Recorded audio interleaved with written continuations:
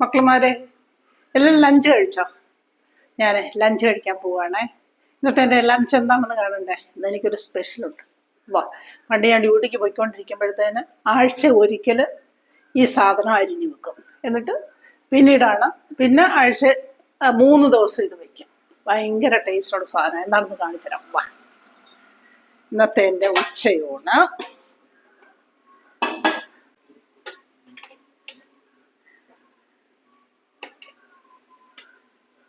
ചോറ്,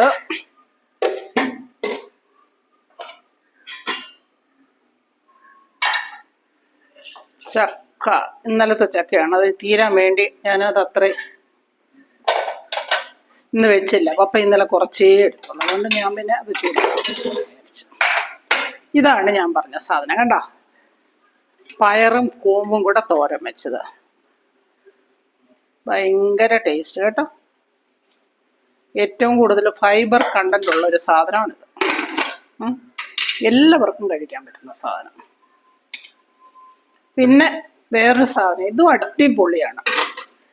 ഇത് ഉപ്പിലിട്ട മാങ്ങ ഉപയോഗിച്ച് വെച്ച മീൻകറിയാണ്, നെത്തോലിക്കറി. അതിനകത്ത് മുരിങ്ങയ്ക്ക ഇട്ടിട്ടുണ്ട്. ഭയങ്കര ടേസ്റ്റ്. ഇത് ഞാൻ ഇട്ടിരുന്നതാണ്. ഇതങ്ങ് വെന്തുടഞ്ഞില്ല. അതെ, ചക്കയുടെ മുകളിലൊക്കെ ഇച്ചിരി മീൻകറി ഇരിക്കട്ടെ, നല്ല ടേസ്റ്റ് ആയിരിക്കും. ഇനി എന്താ ഉള്ള രസം.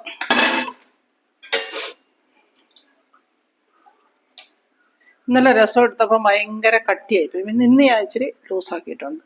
അത് ചട്ടി ഇരുന്ന് കട്ടിയായി പോയതാ. പിന്നെ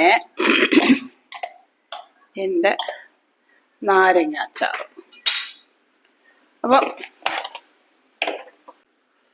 അപ്പം ഇതൊക്കെയാണ് ഇന്നത്തെ എൻ്റെ ഉച്ചയൂണ്. കേട്ടോ, എൻ്റെ ഉച്ചയൂണ് ചോറ്,